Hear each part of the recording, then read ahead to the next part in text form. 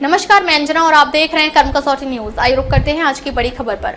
कानेड्रस TB और pulmonary care में doctor S के कटियार की समर्पित सेवाओं का स्वर्ण जयंती समारोह का आयोजन। श्वसन रोग चिकित्सा में समर्पित उत्कृष्टता के 50 वर्ष पूरे। प्रख्यात पल्मोनोलॉजिस्ट, शिक्षाविद और श्वसन चिकित्सा के क्षेत्र में अग्रणी डॉक्टर एस के कटियार अपने निरंतर समर्पण और उत्कृष्ट योगदान के स्वर्ण जयंती वर्ष को गर्वपूर्वक मनाना। जीएसवीएम मेडिकल कॉलेज कानपुर के पूर्व छात्र डॉक्टर कटियार ने 1965 में चिकित्सा शिक्षा आरंभ की और यहीं से मब्स, डीटीसीडी एवं MD tuberculosis and respiratory diseases की उपाधि प्राप्त की।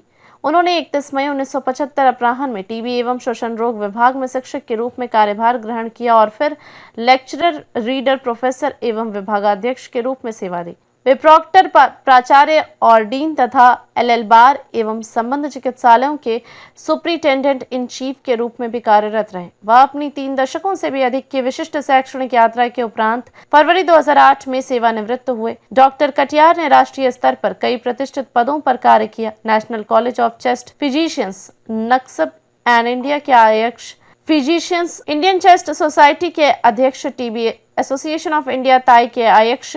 उनकी सेवाओं के लिए उन्हें कई प्रमुख पुरस्कारों से सम्मानित किया गया, जिनमें मुख्य रूप से निम्नवत हैं: lifetime achievement award, NCCP India, Indian chest society, united academy of pulmonary medicine स्वर्ण पदक, टीएआई ताई और उत्तर प्रदेश टीबी एसोसिएशन, राष्ट्रीय टीबी उन्मूलन कार्यक्रम, नेत ministry of health and family welfare, Bharat सरकार द्वारा सम्मानित छत्रपति शाहूजी महाराज विश्वविद्यालय कानपुर द्वारा शिक्षा में योगदान हेतु सम्मान, उत्तर प्रदेश मर्चेंट चैम्बर द्वारा excellence award, rotary foundation USA के पाल हैरिस फेलो द्वारा सम्मानित। उन्होंने राष्ट्रीय एवं अंतर्राष्ट्रीय मंचों पर ओरेशन, केनोट एड्रेस और अनेकों गेस्ट लेक्चर दिए गए और विश्व की कई संस्थाओं की सदस्यता एवं फेलोशिप प्राप्त की है। एनहेल्ड श्वसन चिकित्सा में उनके अनुसंधान कार्य का वैश्विक प्रभाव रहा।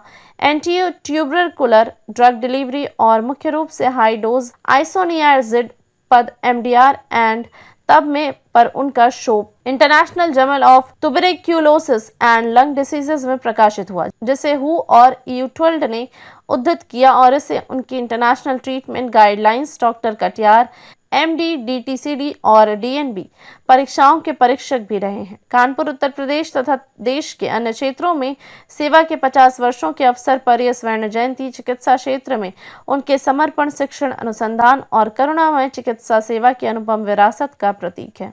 कानपुर से इब्ने हसन जैदी की रिपोर्ट। धन्यवाद। चेस्ट के संबंधित पहले से जो भी आपत्ति चले आ रहे हैं और वर्तमान स्थिति में उनमें कितना परिवर्तन हुआ है डायग्नोस करने में और उनका ट्रीटमेंट करने में? 2 तरह की मुख्य रूप से बीमारियां हैं चेस्ट में। एक तो इन्फेक्शन वाली डिजीजेस भी, जिसमें कि ट्यूबरकुलोसिस और निमोनिया वगैरह आते हैं, और दूसरी बीमारियां सांस की हैं, जिसमें कि एस्मा और सीओपीडी होता है, और एक वर्ग है जो कि लंग फेफड़ों का कैंसर होता है। ट्यूबरकुलोसिस में प्रयास किया जा रहा है कि इसको कंट्रोल किया जा सके। बहुत बड़ी समस्या हम लोगों के लिए है, क्योंकि लगभग 27 लाख नए रोगी प्रतिवर्ष पैदा होते हैं और 2 से 2.5 लाख लोगों की मृत्यु होती है ट्यूबरकुलोसिस की वजह से। इसमें सबसे बड़ी समस्या है कि जो अगर इसकी चिकित्सा ठीक से ना की जाए तो ड्रग रेजिस्टेंस पैदा हो जाती है, इसमें कि एमडीआर, मल्टी ड्रग रेजिस्टेंट, और XDR, extensive drug resistance TB cases होते हैं, जिनपे की दवाओं का असर खत्म हो जाता है। ये केसेस और उभर करके हमारे सामने आ रहे हैं और चिकित्सा को डिफिकल्ट बना रहे हैं। तो हमारा प्रयास ये होना चाहिए कि रोगी की शुरुआत में ऐसी चिकित्सा की जाए कि उसमें रेजिस्टेंस ना डेवलप होने की हो पाए, और रोगी को कोशिश की जाए कि पूरा इलाज, जो लंबा इलाज होता है वो अक्सर छोड़ देता है बीच में, निरंतर करके अपनी बीमारी को ठीक कर सके।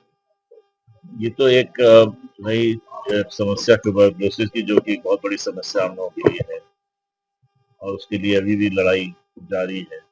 लेकिन दूसरी तरफ ये सांस की बीमारियां, ये भी बहुत बड़ी समस्या हुआ करती थी एक समय में। लेकिन अब वर्तमान युग में सांस की बीमारियों का इतनी अच्छी चिकित्साएं उपलब्ध हो गई हैं, जो कि क्योर नहीं होती है, लेकिन इतनी अच्छी कंट्रोल हो जाती है कि उनके साथ आदमी व्यक्ति अपना जीवन अच्छी तरीके से निर्वाह कर सकता है। तो अक्सर देखा जाता है कि पेशेंट जो है जब ट्रीटमेंट के लिए डायग्नोसिस के लिए पहुंचता है तब तक लोगों में ये बीमारियां फैल चुकी हैं। ड्रग तो मैक्सिमम ऐसा होता है। उस कंडीशन में कैसे लोग समझ सकें कि उन्हें इस तरह की बीमारी अवेयरनेस कैसे दें? जागरूकता उनमें लाने की आवश्यकता है, क्योंकि पहले खांसी होती है तो पहले तो अपने आप वो कुछ इलाज करता है, जड़ी बूटी काढ़ा वगैरह इस्तेमाल करेगा, हर तरह का कोशिश करेगा। फिर वो मेडिसिन काउंटर पे दुभाग से सब दवाएं उपलब्ध होती हैं, जाकर के उससे केमिस्ट से दवा लेता है।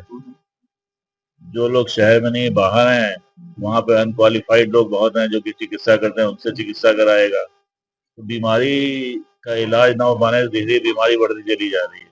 जो आपने कहा कैसे बढ़ती है, बढ़ती चली जा रही है। जब देखता नहीं कंट्रोल हो रही है तब वो किसी क्वालिफाइड पर्सन के पास जाकर के अपनी चिकित्सा कराता है। इस तरह बीमारी और जटिल हो जाती है, उसका इलाज और डिफिकल्ट। अब तक के लिए बस इतना ही, फिर मिलते हैं एक ऐसे ही बड़ी खबर के साथ। तब तक के लिए नमस्कार और देखते रहिए कर्म कसौटी न्यूज।